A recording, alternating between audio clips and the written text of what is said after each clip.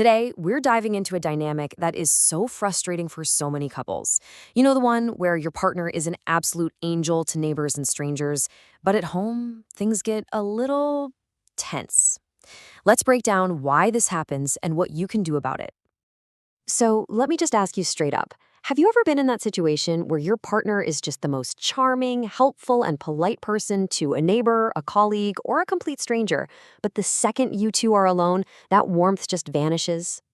If you're sitting there nodding your head right now, listen, you are definitely not alone. This is an incredibly common issue in relationships, and here's the most important thing to get right away. It's almost never intentional. It's not about malice. It usually comes from some really deep unconscious patterns. So let's get into the why of it all. We're going to unpack the 5 hidden reasons that are often behind this super confusing behavior, because once you understand them, you're already halfway to fixing the problem. Okay, first up is something we can call the social approval reflex. The real motivation here isn't about disrespecting you, their partner. It's actually a deep-seated fear of social awkwardness or conflict with the outside world. This person feels a huge need to look good and be seen as helpful, no matter what. Next, and this one is a biggie, is the double standard problem. This is where old school, kind of outdated beliefs create these really unfair rules in the relationship. So you might have one partner who thinks, hey, it's totally harmless when I chat with people. But when their partner does the exact same thing, suddenly it's seen as risky or something that'll start gossip. That kind of unfairness can be incredibly damaging. Reason number 3 is this massive disconnect between understanding social manners versus understanding emotional boundaries. The partner might be thinking, what's the big deal? I'm just being polite. They see it as harmless small talk, and they just don't get that for their partner, it can feel like a real breach of trust and emotional safety in the relationship. Now, this next one is, well, it's pretty ironic and kind of sad. The partner who is so incredibly nice to everyone else is often doing it to avoid conflict at all costs. They bottle up all that stress and frustration from their day, and then where does it all come out? You guessed it, at home with you, because you're their safe space, the person who won't leave them. So you end up taking the hit for everyone else.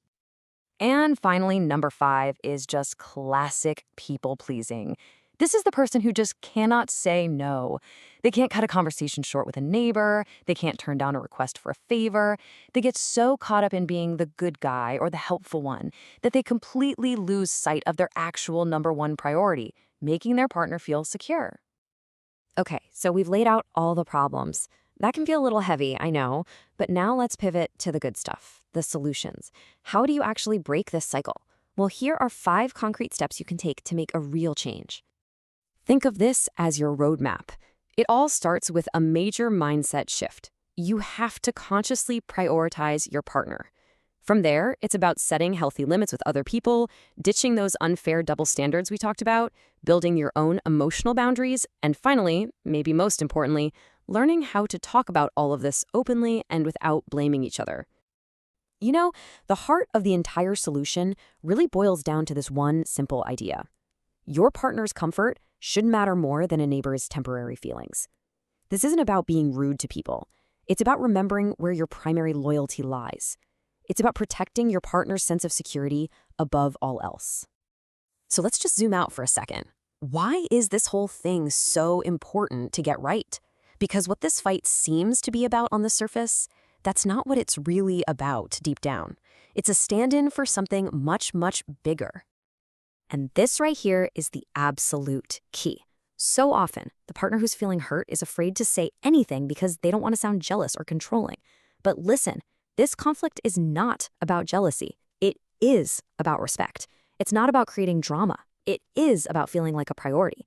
And it's not about control. It is about having fair, shared boundaries that make both of you feel safe and secure in your relationship. And that brings us to the final thought I want to leave you with. This isn't just about understanding a problem. It's about taking action. So whether you're the one feeling hurt, or maybe you're the one who recognizes a little of that people pleaser in yourself, what is one small, simple boundary that you and your partner can agree on today to start making your relationship feel just that little bit more secure?